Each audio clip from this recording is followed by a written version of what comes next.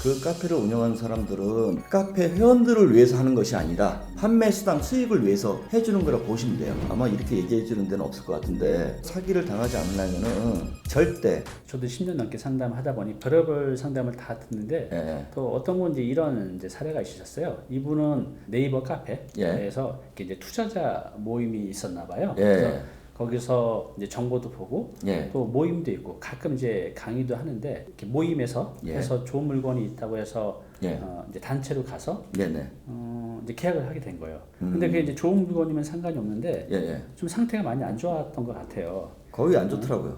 이런 경우들도 이렇게 많이 있나 봐요. 그러니까 저도 이제 딱 한번 그런 사례 상담을 받았는데 어때요? 이런 경우 많이 있나요? 저는 그런 경우를 별로 추천하고 싶지는 않아요. 왜냐면은 그 카페를 운영하는 사람들은 대부분이 자선봉사하는 사람들이 아니거든요.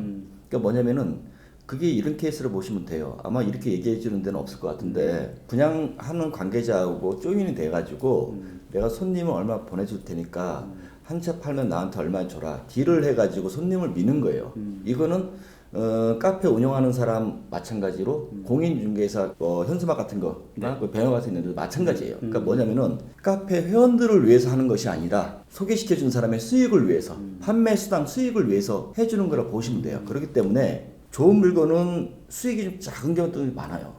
근데 좋지 않은 물건은 수익이 수당이 굉장히 커요. 그 수당에 따라 움직인단 말이에요. 그래서 문제가 발생한 이유가 저희도 이제 그런 거 상담이 많이 들어거든요. 그래요. 그래서 별로 추천은 하고 싶지 않습니다. 예. 그래요. 뭐 자본주의 세상에서 그분들도 노력을 하니까 일정의 수수료는 받고 당연히 할 수는 있죠. 근데 그게 정말 이제 좋은 물건을 좀 발굴해서 이렇게 소개를 해주셨으면 좋겠다는 생각을 해봐요. 대표님도 이제 상담을 굉장히 많이 하시잖아요. 특히 이제 분양에 대해서는. 그래서 이 분양에 관련돼서 그 많은 그런 그 고민 가지고 오신 분이 많으실 것 같아요. 좀 대표적인 사례, 우리 시청자분들이 좀 조심해야 될 것 같은 거가 있다면 그 사례를 통해서 좀 메시지를 전해주셨으면 좋겠어요. 어떤 사례들이 있었어요?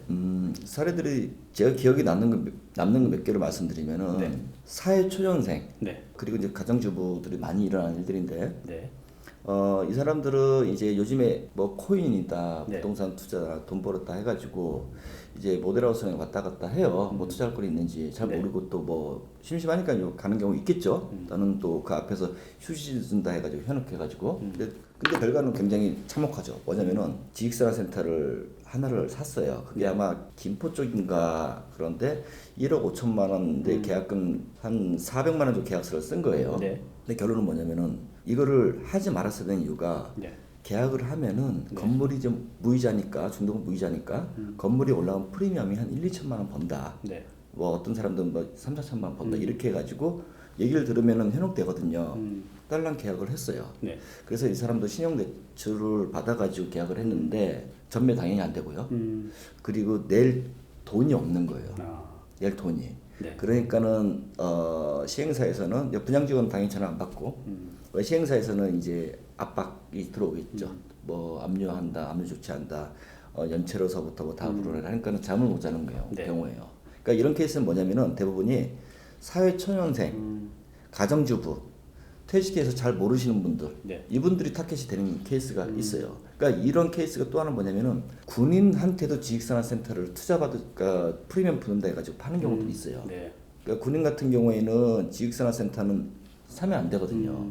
왜냐면 다른 부동산 임대사업자를 내지만은 지식산업센터는 그냥 일반 임대사업자가 아니라 개인 사업자든 법인이든 그런 사업자로 가야 되기 때문에 공무원은 두 가지를 직업을 가질 수 없기 때문에 받으면 안 되는 케이스거든요. 또 하나는 뭐냐면은 상가인데 이분은 한 퇴직해가지고 50대, 60대 정도 되시는 분인데 그 퇴직금하고 가지고 있는 전부 해가지고 월세를 받고 싶어가지고 상가를 분양을 받았어요.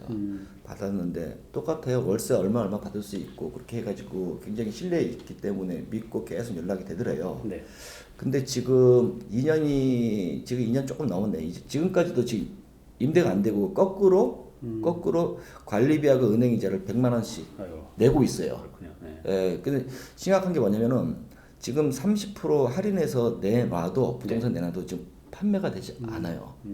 그러니까 이런 일들이 굉장히 많은데 저는 가볍게 말씀을 드렸지만 네. 그분들 상담할 때 울면서 전화하는 사람도 많이 있었고 해결 그렇죠. 방법을 찾고 뭐 굉장히 가슴 아픈 내용들이 많아요. 부동산 투자는 뭐 누구나 쉽게는 할 수 있어요, 대표님, 그죠? 네, 그렇죠. 근데 결과는 다 다르다는 거 꼭 기억했으면 좋겠습니다. 그래요. 그래서 우리가 곳곳에서 이렇게 사기를 당하는 경우가 너무 많아요. 저도 상담하다 보니까는 거의 한 오신 분의 절반 정도가 그런 이제 문제를 이제 안고 오시거든요. 그러면 우리가 이제 이거 방어를 해야 되잖아요. 그러니까 분양 관련해서 어떤 문제가 생기지 않으려고 하면 어떻게 다가서야 될까요? 이렇게 사기를 당하지 않으려면?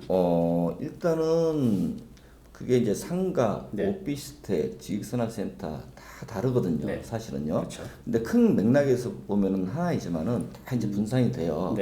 일단은 사기를 당하지 않으려면은 절대 남의 얘기를 듣고 투자를 하는 거는 금물이고요. 그렇다고 이제 본인이 보고 판단해서 하는 것도 한계가 있어요, 사실은요. 그렇죠. 왜냐면은 아무리 발품을 판다 하더라도 알 수 있는 정보는 한정돼 있고 그러면 만나면 항상 분양 직원이나 부동산이나 얘기 듣고 판단할 수밖에 없어요. 본인이 더 깊숙이 들어갈 수가 없기 때문에. 그렇죠. 그러니까 일단은 저 같은 경우에는 이렇게 보고 있어요. 저는 거의 사기를 약간 사고가 난 다음에 이제 저희한테 이제 솔루션을 오는데 우리 대표님은 찾아가서 상담하는 게 전 좋을 것 같은데요. 그러니까 전문가를 찾아가서 해야 되는데 정말 이것도 중요해요. 전문가다운 전문가를 찾아가야지 전문가를 가장한 전문가를 찾아가면 그것도 큰 피해를 당합니다. 그래요. 그러니까 이제 그런 것 같아요. 대표님 말씀이 그냥 정답인 것 같아요. 저도 뭐 제가 모르는 영역들은 뭔가 선택하고 결정할 때 반드시 그 전문가의 컨설팅을 받거든요. 상담을 받고. 저도 그러지 않고 했다가 손해를 본 적이 많아요. 그래서 부동산은 정말 큰 돈이 들어가는 거기 때문에 여러분 주변에 신뢰하신 전문가의 그 상담을 꼭 받으셨으면 좋겠어요. 왜냐면 이건 이제 법률적인 문제이기 때문에 그분들은 웬만한 거 다 알고 계시거든요. 그래서 그렇게만 하신다고 하면 상담 부분은 미리 방지가 가능할 것 같습니다. 그러면 이제 사건이 벌어졌어요. 사기를 당한 것 같아요. 이런 경우는 후속 조치를 어떻게 하면 될까? 이런 상황에 있는 분들은요? 사실 이때는 방법이 두 가지예요. 법적으로 가느냐, 아니면 사실 저희가 투자신 어플에서 분쟁소송에서 지금 하고 있는 게 아마 대한민국 최초로 하고 있는 거예요. 많은 분들이 모르시는데 이제 그런 거를 해결 방법을 찾는 거예요. 해결 방법을요. 그래서 이제 그걸 이제 해결할 수 있게끔 저희가 도움을 드리고 같이 움직이는데 중요한 건 뭐는 법으로 가는 것도 힘든 게 시행사가 잘못한 거는 이제 공사 부분에 뭐 기둥이 꼈다든가 뭐 여러 가지 이제 그쪽 부분이란 말이에요. 근데 분양 대행사는 뭐냐면은 팔아야지만이 수익이 생기기 때문에 약간의 이제 과장을 섞이는 게 일반화돼 있다고 대부분 알고 계세요. 근데 너무 심한 거짓말을 해가지고 증거가 있어요. 그래서 이거를 만약에 재판을 했어요. 민형사 재판을 해가지고 만약에 투자자가 이겼어, 예를 들어서 이런 사례도 거의 없어요. 만약에 이겼어요. 그러면 일반인들은 이걸 해지할 수 있겠구나 생각할 수 있잖아요. 해지 안 됩니다. 그래요? 왜 그러냐면은 이것은 분양 대행사, 분양 직원하고의 소송이지 시행사랑 상관없어요. 대부분 보시면 시행사가 분양 대행까지 하는 경우는 없어요. 시행이 있으면은 분양 대행사를 따로 있어요. 제가 다른 언론에서도 얘기했지만은 분양 대행은 그냥 방패막이라고 보시면 될 거예요. 판매를 위하면서 방패막도. 왜냐하면 책임 전가를 시키니까. 그러면 시행사는 그러겠죠. 저희는 잘 모르고 그럼 분양 대행사한테 물어보라고 분양 직원한테 물어보고 분명히 100% 얘기합니다. 그렇기 때문에 시행사를 상대로 이겨야지 얘들이 해지를 시켜주지. 분양 대행사 상대로 해서 이길 수도 없지만 이긴다 하더라도 별개의 문제라는 거 꼭 기억하셔야 됩니다. 그래요. 우리가 부동산을 제가 입문하게 된 것도요. 제가 20대 후반에 그 3번에 조그만 상가 하나 분양을 받았어요. 근데 문제가 생겼습니다. 좀 내용이 복잡한데 결국은 제가 직장해서 거의 3년 동안 진짜 허리띠 졸라매고 모은 돈, 그다음에 약간의 대출금을 다 잃게 됐어요. 그러니까 제 인생의 3년이 그냥 날아간 느낌이 들어서 너무 허무하더라고요. 그래서 제가 이 부동산을 계속 공부하게 된 게 그때 이제 입문을 하게 됐어요. 그래서 관심 가지고 공인중개 자격증도 따고 그래서 이제 이렇게 된 것 같아요. 만약 그 당시에 제가 그런 일이 있지 않았으면 부동산 쪽으로 안 올 수도 있었을 것 같아요. 그렇죠. 그래서 저도 그런 경험을 이제 해봤기 때문에 그게 얼마나 힘들고 평생 잊혀지지가 않죠.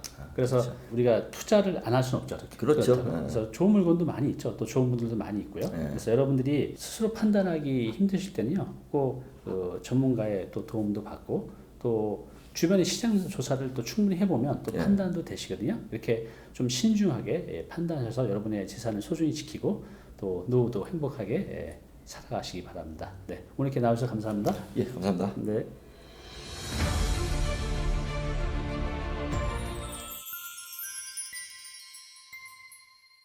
네, 오늘 정보 도움이 좀 되셨나요? 앞으로 이런 정보 계속 받아보실 분은요, 여기 구독 부탁드리고요. 그 다음에 오른쪽은 제가 추천한 영상입니다. 꼭 한번 보시기 바랍니다.